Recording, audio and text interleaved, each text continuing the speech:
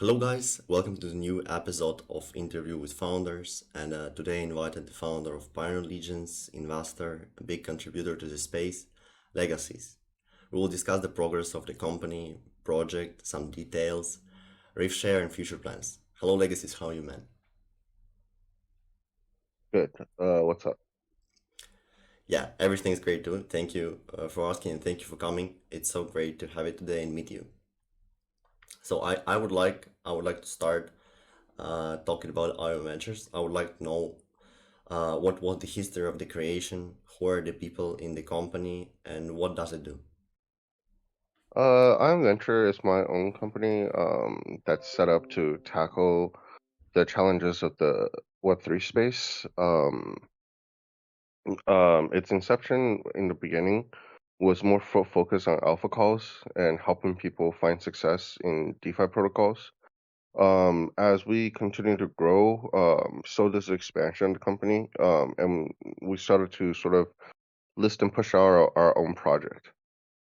And the people behind it, under me so far, if you look at the core team, it's still expanding.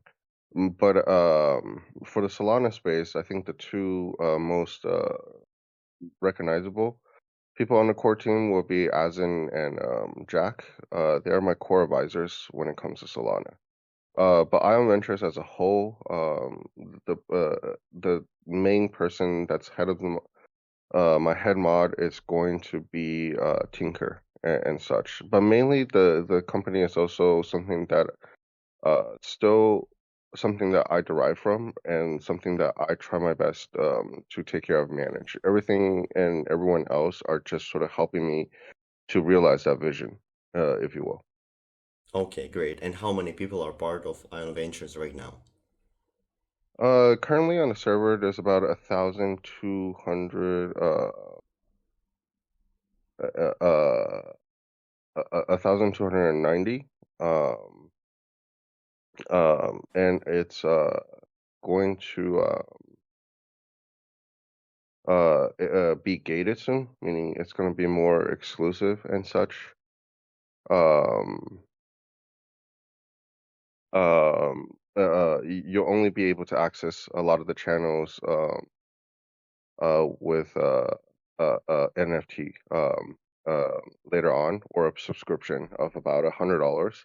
Um, that part, I think it's going to be introduced closer to Q1 of next year, 2024. Okay, I see. That's great. And currently, as I know, you guys have 10 projects under Ion Ventures umbrella, and all of them funded and led by Ion members, right? No, that is incorrect. Under Ion, we only actually launched two NFT projects. One was Casino Royale, and the second one being Pioneer's Legend. Pioneer's Legend is one that's on Solana.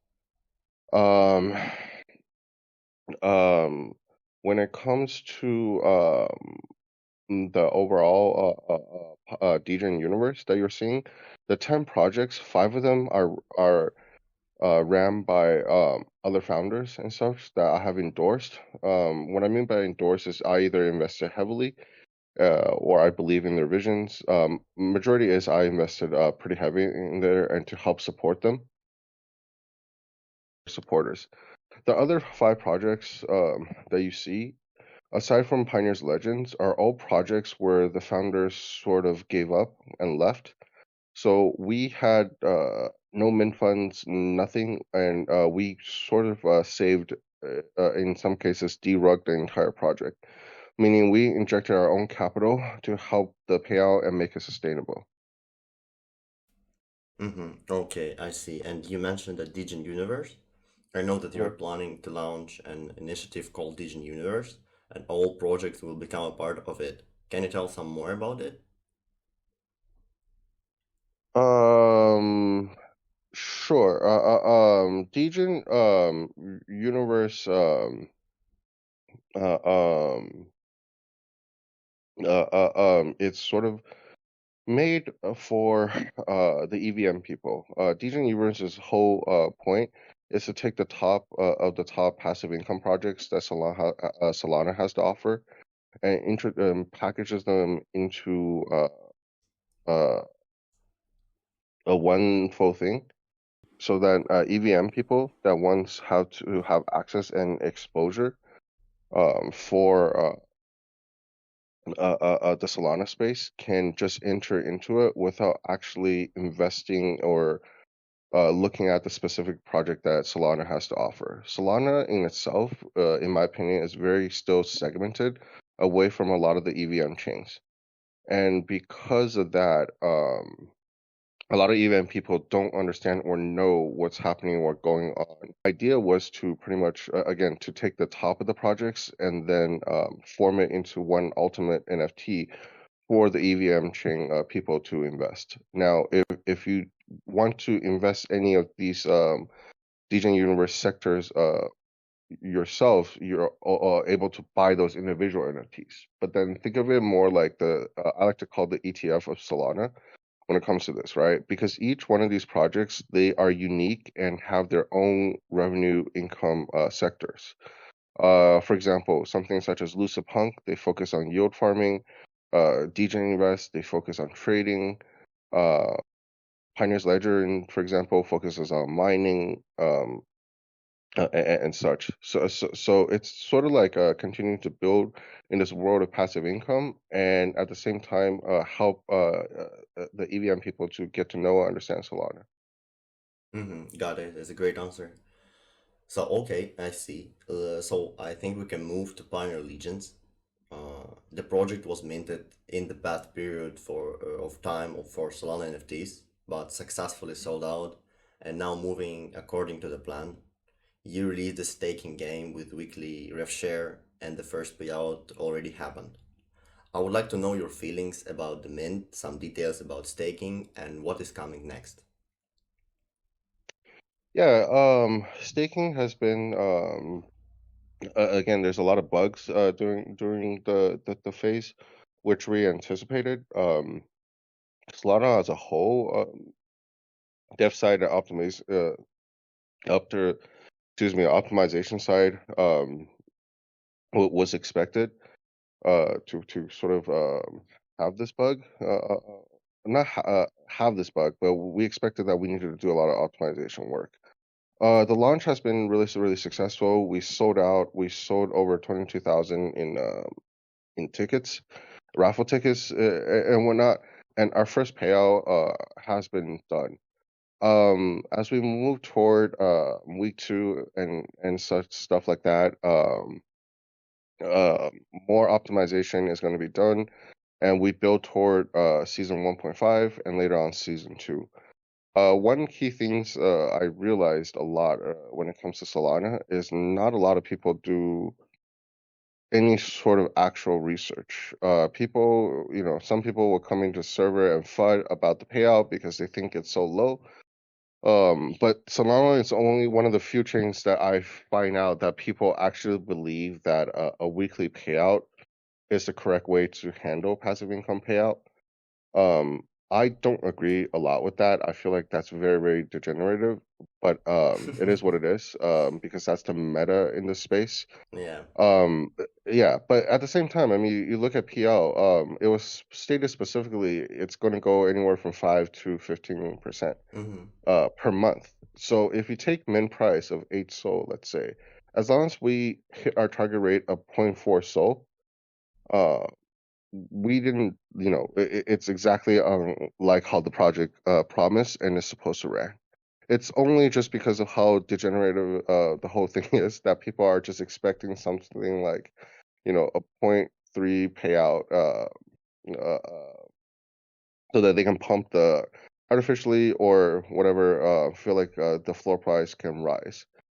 And then because if the floor price rises that way, they feel good and they can dump and flip. So the entire culture sort of built around that is very unhealthy, in my opinion. Yeah, Yeah, I see. I can agree with you. yeah. Uh, so currently, all holders are earning the same amount, but in the next season, the faction of NFT will affect earnings, right? Correct. Hmm. So the three factions and different source of income for each of them. Um, that's not how the next season is going to sort of openly be. Unlike other idle games, we have revenue sources to support it. In season two, however, we are going to have that idle game element. So you can either choose, right? The whole point is if you don't want to play the idle game, you don't have to. You can Hmm. still leave your current NFT staked, and then the earning won't change. You still take the cumulative averages earning in that way. But if you do decide to play the risk to earn game, that's another feature you can't do and earn additionally through that. So it's up to the players to decide which path they want to take when it comes to Okay. their earnings. Okay, now I see. That's great. And all three factions will have a different art. So I want to ask you if you have a date for art reveal and is the art completely ready? It's almost ready. I think uh we should our target was actually to have it during the first payment airdrop. It got pushed back because the artist said that he wanted more time to sort of refine everything and make it more nice and stuff. So at this point, I feel like we want to get the art down to the way we want it because there's still a lot of world building that's going to happen. That's going to happen in Pioneers Legends and stuff. So there was no rush. At this point, I think tomorrow is when we're going to go over all the traits with the artist to make sure everything looks good and such. And then after that, will be good for I feel like the the reveal next Wednesday. I mean, if they need more time, if I feel like the art is still not up to the standard, then we'll take a little bit more time into doing so. Yeah. Mm-hmm. Okay, I see. About the payout. The current weekly payout per NFT is 0.05 sol. How do you hmm expect this amount to change or be stable in near future? Don't look at it from a weekly basis. I feel Mm-hmm. like that's not the correct way to evaluate it. If your attention span is only focused on the NFT for that week, you're not investing, you're gambling, and you're speculating on the market. Yeah, sure. I'm So just asking your opinion. yeah, no, I know. It's for your listeners as well.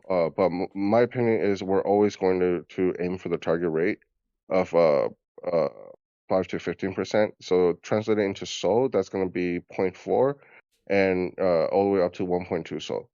So utilizing our revenue streaming sources. The problem of giving it defining on which week is going to see a payout increase and which is not, it's also people trying to time the market so then they can go for like a higher flip and stuff like that. We're going to more focus on sort of the entire month's payout structure more. As we progress later on um, down the line, we might remove the weekly payout structure and just make it completely monthly. Mm-hmm. Yeah, you think it's the Yeah, right thing? I think it's the right thing. Yeah, I think looking at weekly stuff is not healthy. And it adds a lot of constraints onto the protocol that they Yeah. have to try and satisfy the degens and such. And I don't think that's healthy for the protocol or for the ecosystem. Mm-hmm. Okay, yeah, I see. I can agree with you. Thank you for details on your share. A lot of people are interested in this exactly. No, and then that's the thing about RefShare. People can whine and complain, and which we have dealt with on the first airdrop and such. But my thinking behind a RefShare project is this: we're not about like how much we pay on the first week. Okay, we're about how much uh long term you're able to sustain this project. You look at all the Aion Ventures projects, whether it's Rugged or we minted ourselves. It's about longevity. Casino Royale, we raised $1 million. We have paid out over $600,000 already in under a year. By the end of the year, we're gonna hit maybe 850,000. So if you invested in it, you're going to hit an 85% ROI on your first year. That means that by like the next year, in February, you should be 100% completely ROI. A lot of the other projects, you look at something such as MoneyDAO, they have already earned multiples, and it's been going on for well over 5 months already. And that's what we seek. We seek the longevity of these projects, not just the weekly of how much you can pay out in that. And that's right. That's right. So, and I think the last question, my favorite one. How do you see Aion Ventures and Pioneer Legions in a couple of years? Hopefully, we will be back to the bull market in the couple of years, and that's when I feel like Ion Ventures is going to be like a premier leader for you to join to do anything to do with Web3. Uh, the goal of it is so that as you're able navigate through this market, you need a good Discord that can offer you continuously offer you education within the space, as well as showing you how to be successful in Web3 in crypto in general. So when that happens, hopefully Ion Ventures will have grown and showcased itself with many of its successful projects by then. Pioneer Legends, same thing. We're not stopped building when it comes to that.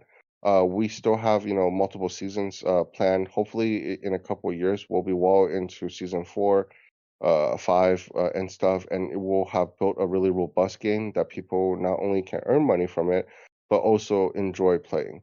Um, Simply right now, it's just a foundation in the beginning of it, so it's very simple. But at the same time, we want to showcase what the team is actually capable of doing um, with very limited time and a limited amount of budget. As this is the first thing that we did in terms of the dev side. I'm pretty happy with it. But at the same time, I'm very happy with the backend business of revenue stream that's been built and generated through Pioneer's Legend, if you will. Great, great. And then thank you so much for this interview. It was great. It was a big pleasure for me to talk to you. Sounds good, man. Great talking to you.